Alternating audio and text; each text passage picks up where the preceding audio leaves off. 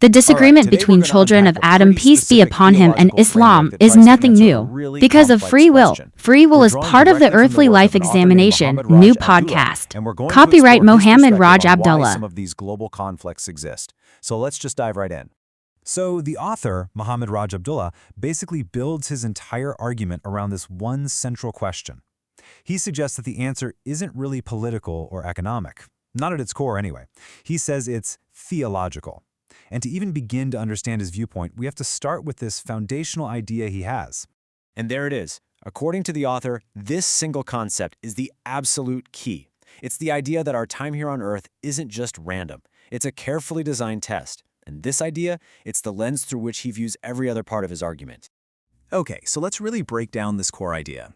The author argues that before we can understand any kind of conflict, we first have to understand the nature of our own existence as he sees it, which is as a divine examination. Now, to build his case for a creator, the author points to something we can all relate to, our own bodies. Just how unbelievably complex they are. He starts with the number of cells in the average human, 36 trillion. His argument is pretty straightforward. You just don't get that kind of complexity by accident.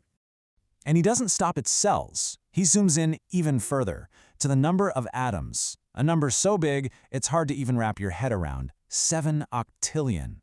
For the author, these numbers are meant to be proof. Proof that, as he says, you did not create yourself. And that leads to a really crucial distinction.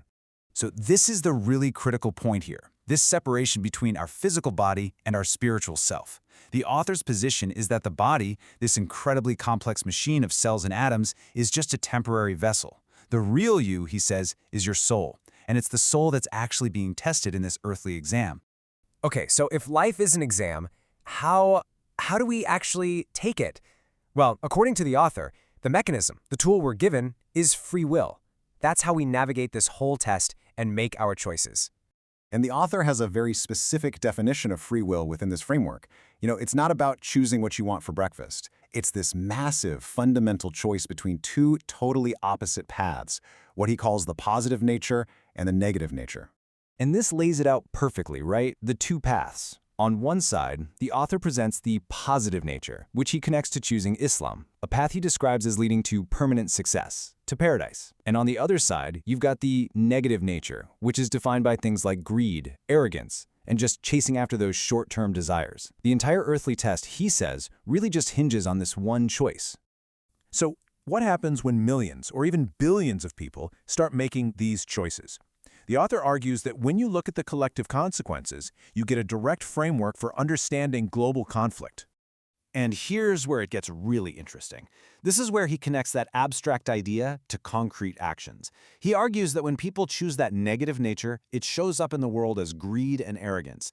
And this, in his view, leads to a desire to dismantle Islam so they can make a profit from things like alcohol or pornography. He frames this whole fight against Islam as, essentially, failing the test. And this is where he applies his framework directly to the real world.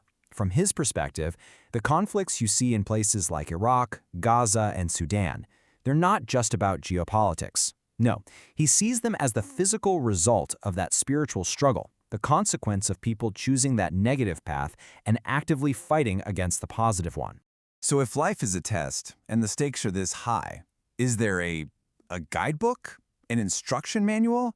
According to the author, yes. He points to the 67th chapter of the Quran, Surah Al-Mulk, as the text that lays out all the rules and the whole purpose of this examination. And the author gives us this really clear, structured summary of the chapter. See how it flows? It starts by establishing Allah's absolute power. Then it moves to a warning for those who disbelieve and a promise of reward for those who believe. Then it emphasizes that God is totally aware of everything, and it wraps up with this powerful reminder of just how dependent we are on the Creator. So if you boil all that down, these are the core messages of the chapter. The author really emphasizes that these themes, like reflection and purpose, they all point to this one central idea, accountability. And this is reinforced by this incredible balance of fear and hope. You get a warning about punishment, but also the promise of a reward. And there's another layer to this. Beyond the core themes, the author highlights a very specific virtue associated with this chapter. He cites hadith literature, which are records of the traditions of the Prophet Muhammad, and notes the belief that reciting Surah Al-Mulk actually offers protection after death, so it reinforces this idea of it being a kind of spiritual safeguard. All right, so as we wrap up our look into this framework, the author doesn't leave us with a statement. He leaves us with a final, really striking question, one that's designed to make you stop and think. This is the question. It's posed right at the end of Surah Al-Mulk, and the author uses it to cap his entire argument. It's such a powerful, humbling question, isn't it? It's about our most basic fundamental need. And that's really the ultimate takeaway. From the author's perspective, that question serves as one final, powerful reminder of humanity's complete and total dependence on the Creator for the very basics of survival.